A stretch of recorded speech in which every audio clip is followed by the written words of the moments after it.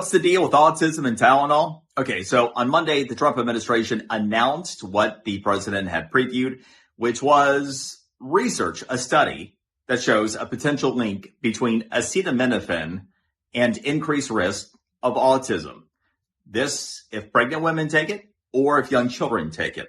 Now, immediately, you had the medical establishment come out and slam this thing. But here are a couple things. First, know this. If you're interested in what the Trump administration has had to say here, Health and Human Services Secretary RFK Jr., the key is that it's not just Tylenol. Tylenol is a brand. It's not the drug. Acetaminophen is the drug. Tylenol only has 35% market share. So about 2/3 of the acetaminophen that's taken is not a Tylenol brand. One. Two. Okay, so the medical establishment immediately came out and slammed this thing. But had they actually read and reviewed the research that was presented yesterday? And that matters for a couple really important reasons.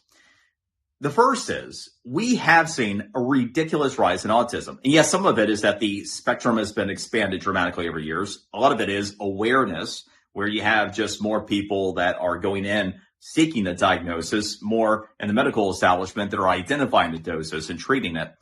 But only to a point is it going to take you so far. For example, you go back to the 60s and 70s, only 1 in 2,000 children diagnosed with autism.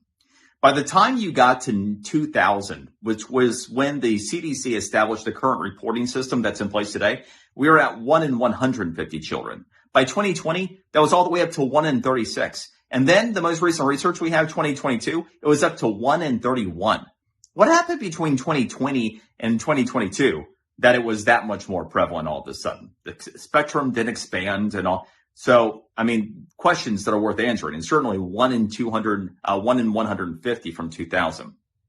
You can draw, I don't know, because I haven't had a chance to review the research from the Trump administration.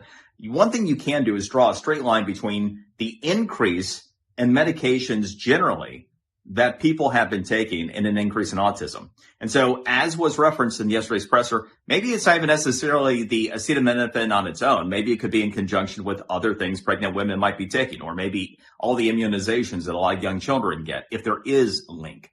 But here's the next important thing about the medical establishment. It's what you should ask your doctor if you have questions about this kind of thing. Aside from having read the research, because if they haven't, they're just talking out their butt. How likely are they to admit that they may have been wrong? See, one of the big problems with the medical establishment, let's say you have a doctor that's been practicing for 30 years and recommending that pregnant women take acetaminophen. Are they suddenly going to come out and say, yeah, you know what, I was wrong for 30 years and I might have made a recommendation that led to autism?